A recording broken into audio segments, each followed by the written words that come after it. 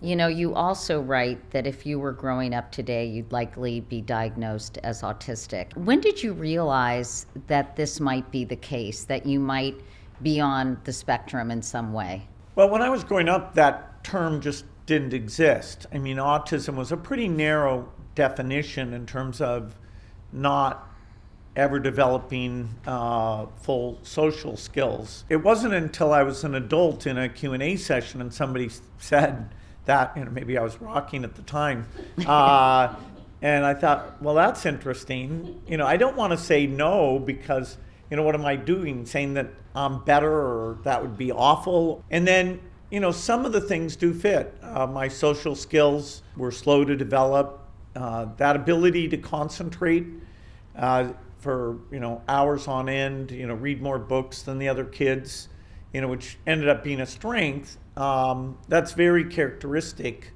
of that type of mind. So it wasn't like some deficit for me, even though some things I had to work hard to get decent at. You talk about your neurodiversity and you say it was also a superpower, right? Yeah, well, that term nerd, you never know whether it's being used as a positive or a negative.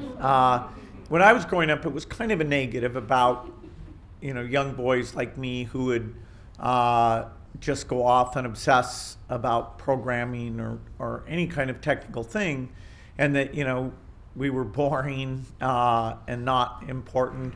Then eventually it became, oh, you're a nerd. Wow. I think it's a compliment. I think it means like a brainiac, but probably not a player. You know what I'm saying? Okay. Well, that's. I'm ready. You'll accept that? Definitely.